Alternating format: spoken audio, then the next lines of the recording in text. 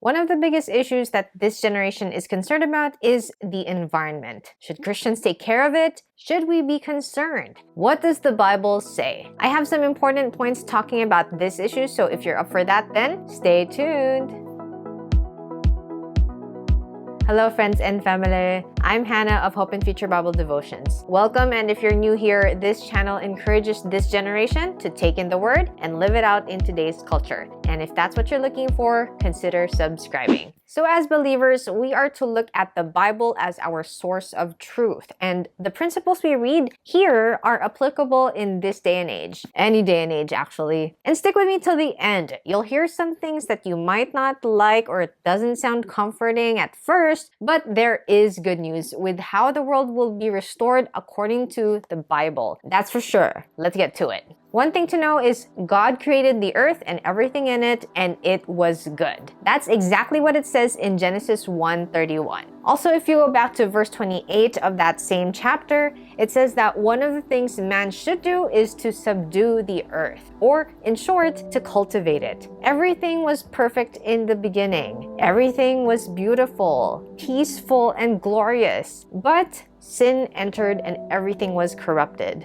Adam and Eve chose to make a change. Because they didn't obey God's command, everything changed. Genesis 3:17 says, "To Adam he said, because you listened to your wife and ate fruit from the tree about which I commanded you, you must not eat from it. Cursed is the ground because of you. Through painful toil you will eat food from it all the days of your life." So now we live with toil, thorns, and thistles, also including sweat and death.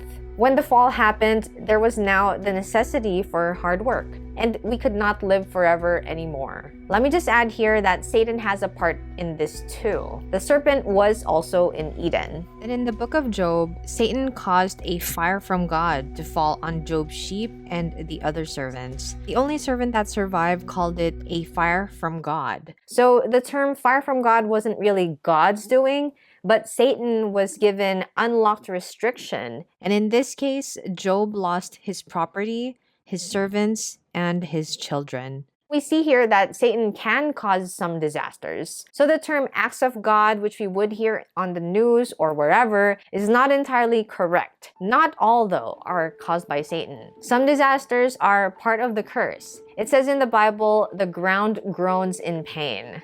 But here's another thing to know. Know that the world will not be destroyed by water. It's a promise God made after the flood. Check out Genesis 9:12-15. And God said, "This is the sign of the covenant I am making between me and you and every living creature with you, a covenant for all generations to come. I have set my rainbow in the clouds, and it will be the sign of the covenant between me and the earth.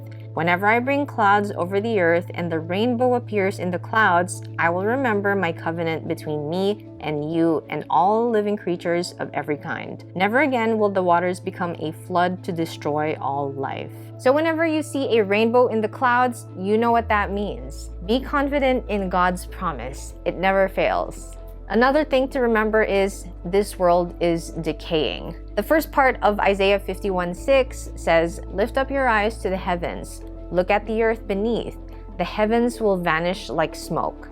The earth will wear out like a garment, and its inhabitants die like flies." Another passage says, "The heavens and the earth will pass away." And here are some additional references you can look at. Just as our bodies get old, we start out being super energetic as kids, and as we get older, we feel back pain, we can't stretch out our shoulders as we used to, sometimes wounds take longer to heal, and one day we'll die. Just as we're getting old, the earth we live in is also getting old, and we see the signs of decay. But here's the good news. God is going to restore everything in the end. You can read Revelation 21 talking about the new heaven, the new earth, and the new Jerusalem. And this is kind of deep stuff, but if you're looking for a perfect earth, it's in that place. He will wipe away every tear from their eyes, and death shall be no more. It says God will make all things new. The thirsty will be given from the spring of the water of life. There won't be a need for the sun or moon because God's glory gives light. Go read it for yourself. It's going to happen. And who will live in this place? Those who have a genuine relationship with God. We read part of Isaiah 51:6 earlier, but let's look at the second part. But my salvation will last forever. My righteousness will never fail.